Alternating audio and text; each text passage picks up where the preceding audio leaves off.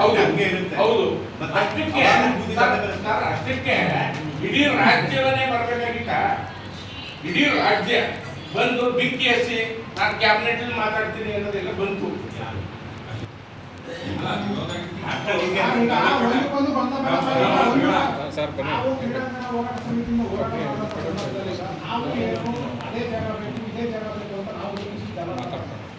ಜಿಲ್ಲಾಡಳಿತ ಮತ್ತು ತಾಲೂಕಾಡಳಿತ KSS 52 ಹಾಗೂ ಒಂದು ಇದರಲ್ಲಿ ಜಾಗ ಗುರುತಿಸಿದ್ರು ಸರ್. 6.5 ಎಕರೆ ಪ್ಲಸ್ ತೋಟಗಾರಿಕೆ ಇಲಾಖೆ 3.5 ಎಕರೆ ಮತ್ತು ಪ್ರೈವೇಟ್ ಸೆಕ್ಟರ್ ಸೇರಿ 10 ಎಕರೆ ಅದೇ ಜಾಗ ಗುರುತಿಸಿದ್ರು ಸರ್.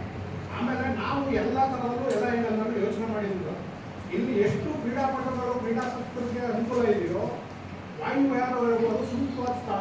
ಜೊತೆಗೆ ಸರ್ಕಾರದ ಕಾರ್ಯಚಟುವಟಿಕೆಗಳಿಗೂ ಜಾಗ ಇಲ್ಲ ಸರ್. ನಮ್ಮ ಉದಾಹರಣೆ ಒಂದು ಚುನಾವಣೆ ನಡೀತು ಅಂತಂದ್ರೆ ಒಂದು ಇದರ ಕಾಲೇಜ್ಗೆ ಆವರಿಸಬೇಕಾದಂತ ಒಂದು ಕಾರ್ಯಕ್ರಮ ಮಾಡಬೇಕು, ಸರ್ಕಾರಿ ಕಾರ್ಯಕ್ರಮ ಮಾಡಬೇಕು ಅಂತಂದ್ರೆ ಸೂಕ್ತವಾದ ಜಾಗ ಇಲ್ಲ ಅಂತೇಳಿ ಅದು ಯೋಗ್ಯವಾದ ಸ್ಥಳ. ಆಮೇಲೆ ಗ್ರಾಮೀಣ ಪ್ರದೇಶದಿಂದ ಯಾರಾದರೂ ರೈತರು ಬಂದು ಒಂದು ತಾಲೂಕಾಡಳಿತದಲ್ಲಿ ಜಿಲ್ಲಾಡಳಿತದಲ್ಲಿ ಕೆಲಸ ಮಾಡ್ಕೊಂಡು ಒಂದು 10 ನಿಮಿಷ ಒಂದು ಬೆಳಿಗ್ಗೆ ಆಗೋ ಕೆಲಸ ಸಂಜೆ ಆಗ್ಬಿಟ್ರೆ ಒಂದು ಅರ್ಧ ಗಂಟೆ ಕೂತ್ಕೊಂಡು ಇಟ್ಟು ಕೂಡ ಅದಕ್ಕೂ ಎಲ್ಲೂ ಸ್ಥಳ ಇಲ್ಲ ಅದು. ಆಫೀಸ್ಗಳಲ್ಲೂ ಸ್ಥಳ ಇಲ್ಲ, ಇನ್ನೊಂದು ಕಡೆಯಲ್ಲೂ ಸ್ಥಳ ಇಲ್ಲ. ಅದು ಆರ್ಟ್ ಆಫ್ ಸಿಟಿನಲ್ಲಿ ಮಧ್ಯೆ ಇದೆ. ಎಲ್ಲ ಕಚೇರಿಗೂ ಹತ್ತದಲ್ಲಿ ಇರೋದ್ರಿಂದ ಮತ್ತು ಪ್ರೆಸ್ಟೇಟ್ಗಳಿಗೂ ಹತ್ತಿರ ಇರೋದ್ರಿಂದ TSS ಜಾಗ ಸೂಕ್ತ ಅಂತಕ್ಕಂಥದ್ದು ನಾನು ಒಪ್ಕೊಂಡು ಒಳ್ಳೆ ಜಾಗನೇ ಆಯ್ಕೆ ಮಾಡಿದಂಥ ಒಂದು ದೃಷ್ಟಿಯಿಂದ ಸರ್ಕಾರದ ಮೇಲೆ ನಾವು ಸ್ವಲ್ಪ ಒತ್ತಡ ಹಾಕೋಣ. ಅದು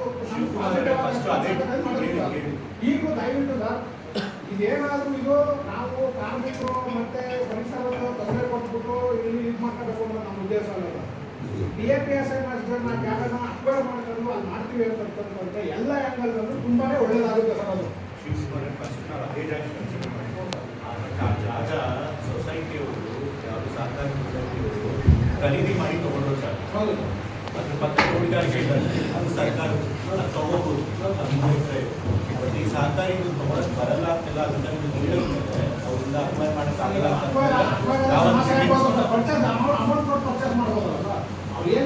ಒಪ್ಬೇಕಲ್ಲ ಪರ್ಚೇಸ್ ಮಾಡಿ ಅವ್ರು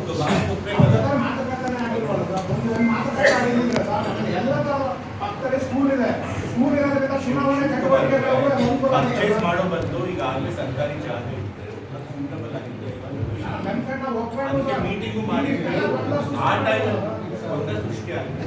ಆ ಟೈಮಲ್ಲಿ ಅಧಿಕಾರಿಗಳು ಸೂಟಬಲ್ ಅಂತ ಪೂರ್ತಿ ಡೀಟೇಲ್ ಆಗಿ ನೋಡ್ಕೊಂಡಿರ್ತಾರೆ. ಸೊ ಹಾಗಾಗಿ ಸೂಟಬಲ್ ಅಂತ ನಾವು ವೆಟ್ ಹ್ಯಾಂಡ್ಲಿ. ಬಟ್ ಇವಾಗ ಇವರು ಕೆಲಸ ಮಾಡೋದು ಅವರೆಲ್ಲ ಕೆಲವು ಆತಂಕ ವ್ಯಕ್ತಪಡಿಸ್ತಾರೆ. ಅದು ಕನ್ಸಲ್ಸಿ ಹೋಗ್ತಾರೆ, ಇಂಥ ಪ್ರಾಬ್ಲಮ್ ಆಗುತ್ತೆ, ಈಗ ಅವ್ರು ಹೇಳ್ತಾ ಪ್ರಾಬ್ಲಮ್ ಕ್ರಿಯೇಟ್ ಆಗುತ್ತೆ ಹೇಳ್ತಾರೆ. ಅದೆಲ್ಲ ನಿಜವಾಗ್ಲೂ ಕ್ಲಿಯರ್ ಆಗಿ ತಿಳ್ಕೊಂಡು ಅದಕ್ಕೆ ಅಧಿಕಾರಿಗಳು ರಿಪೋರ್ಟ್ ಕೊಟ್ಟಿದ್ದಾರೆ. ಅವ್ರು ರಿಪೋರ್ಟ್ ಕೊಟ್ಟು ಹೌದು ಏನು ಕೆಲಸಗಳು ಆಗ್ತವೆ ಆ ಸಮಸ್ಯೆಗಳು ಆಗುತ್ತೆ ಅಂತಂದರೆ ನಾವು ಅವ್ರಿಗೆ ತೊಂದರೆ ಕೊಟ್ಟು ಮಾಡೋದು ಆಮೇಲೆ ಬೇರೆ ಜಾಗ ಆಮೇಲೆ TMPCನ ಖರೀದಿ ಮಾಡಿದ ಅದೆಲ್ಲ ನೋಡೋಣ. ಬಟ್ ಅಕಸ್ಮಾತ್ ಇದು ಸೂಟಬಲ್ ಇದೆ ಮಾಡ್ಬೋದು ಅಂತ ಬೇಕಾದ್ರೆ ಅಲ್ಲೇ ಮಾಡಿ. ಈಗ ಅಧಿಕಾರಿಗಳು ಅದೇ ಸಂದರ್ಭದಲ್ಲಿ ಸರ್ ಆಲ್ಟರ್ನೇಟಿವ್ ಮಾತಾಡ್ಕೊಂಡೆ ನಾವು ಇದು ಮಾಡ್ತಾ ಇದ್ದೀವಿ. ಬಂಗಾರಪ್ಪ ಬಡಾವಣೆ ಟೋಟಲಿ 28 ಎಕರೆ ಇದೆ ಸರ್. ಬಂಗಾರಪ್ಪ ಬಡಾವಣೆ 28 ಎಕರೆಯಲ್ಲಿ 14 ಎಕರೆನ ಅವರು 92 ಹಕ್ಕುಪತ್ರ ಕೊಟ್ಟಿದ್ದಾರೆ. ಹಕ್ಕುಪತ್ರ ಕೊಟ್ಟಿರೋದು ಅವರ ಇಲ್ಲಿಗಲಾಗಿ ಕೊಟ್ಟಿರೋದು. ಇವತ್ತು ಕೂಡ ಅದು ಡಿಪಾರ್ಟ್ಮೆಂಟ್ ಇರ್ತಕ್ಕಂಥದ್ದು. ಯಾರು ಕೂಡ ಅವಾಗಿಂದ ಇವತ್ತಿನ 35 ವರ್ಷ ಆದರೂ ಯಾರು ವಾಸ ಇರಲಿಲ್ಲ. ನಮ್ಮಲ್ಲಿ ಯಾರು ಇಲ್ಲಿ ಡಿಪಾರ್ಟ್ಮೆಂಟ್ ಜಾಗ ಕೇಳಿದ್ರೆ ಪಬ್ಲಿಕ್ಸ್ ಎಷ್ಟು ನೀವು ಬೆಳಿಗ್ಗೆ 10:30 ನೋಡ್ಬೇಕಲ್ಲ ಸ್ಕೂಲ್ ಹುಡುಗರು ಮಹಿಳೆಯರು ಪರಿಪಾಠ ಹೇಳ್ತಿದ್ದು ಸರ್. ನೀವು ಆಲ್ಟರ್ನೇಟ್ ಜಾಗ ಯಾವ್ದು ನೋಡ್ಬೇಕು ಅದ್ರ ಬಗ್ಗೆ ಮಾತಾಡ್ತಿದ್ದೀವಿ. ಅದು ಆಮೇಲೆ ವಿಷಯ. ಫಸ್ಟ್ ಈ ಜಾಗ ಸೂಟಬಲ್ ಇಲ್ವಾ, ಅವ್ರು ಏನೋ ನೌಕರರು ಪ್ರತಿಭಟನೆ ಮಾಡ್ತಿದ್ದಾರೆ ಕಾರಣಗಳು ಇಟ್ಕೊಂಡು ಆ ಕಾರಣನ ನಿಜ ಇಲ್ಲ ತಿಳ್ಕೊಂಡು ಆ ರಿಪೋರ್ಟ್ ಬಂದ ಮೇಲೆ ಇದೆಲ್ಲ ಯೋಚನೆ ಮಾಡಬೇಕು. ಇದೆಲ್ಲ ಆಮೇಲೆ ಯೋಚನೆ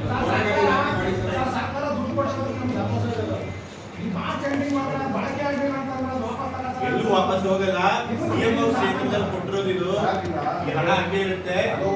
ಕ್ರೀಡಾಂಗಣ ಮಾಡಿದ್ರೆ ಶ್ರೀರಸಿಪುರ ಜನರ ಮಕ್ಕಳಿಗೆ ಇರ್ತಾರೆ ಸರ್. ಈಗ ಒಂದು ವೇಳೆ ಏನಾದರೂ ಸೂಕ್ತವಾಗಿಲ್ಲ ಅಂದ್ರೆ ನಾವು ಕಾರ್ಖಾನೆಗೆ ಇನ್ನೊಂದು ಜನರಿಗೆ ತೊಂದರೆ ಕೊಡೋಕ್ಕೆ ನಮಗೂ ಕ್ರೀಡಾಪಟುಗಳದ್ದು ಇಷ್ಟ ಇದೆ ಸರ್. ಒಂದು ವೇಳೆ ಅದು ಸೂಕ್ತವಾಗಿಲ್ಲ ಅಂದ್ರೆ ಪರಿಹಾರ ಬೇಕಾದ್ರೆ ದಯಮಾಡಿ ನೀವು ಯಾಕಂದ್ರೆ ನೀವು ಸೂಟಬಲ್ ಅಲ್ವಾ ಅಂತ ರಿಪೋರ್ಟ್ ಕೊಡ್ಲಿ.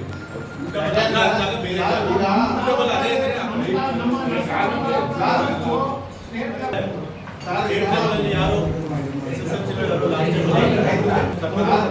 ಆಸಕ್ತಿ ಜನ ಕೊಡಕ್ಕೆ ಅವಕಾಶ ಉಂಟು.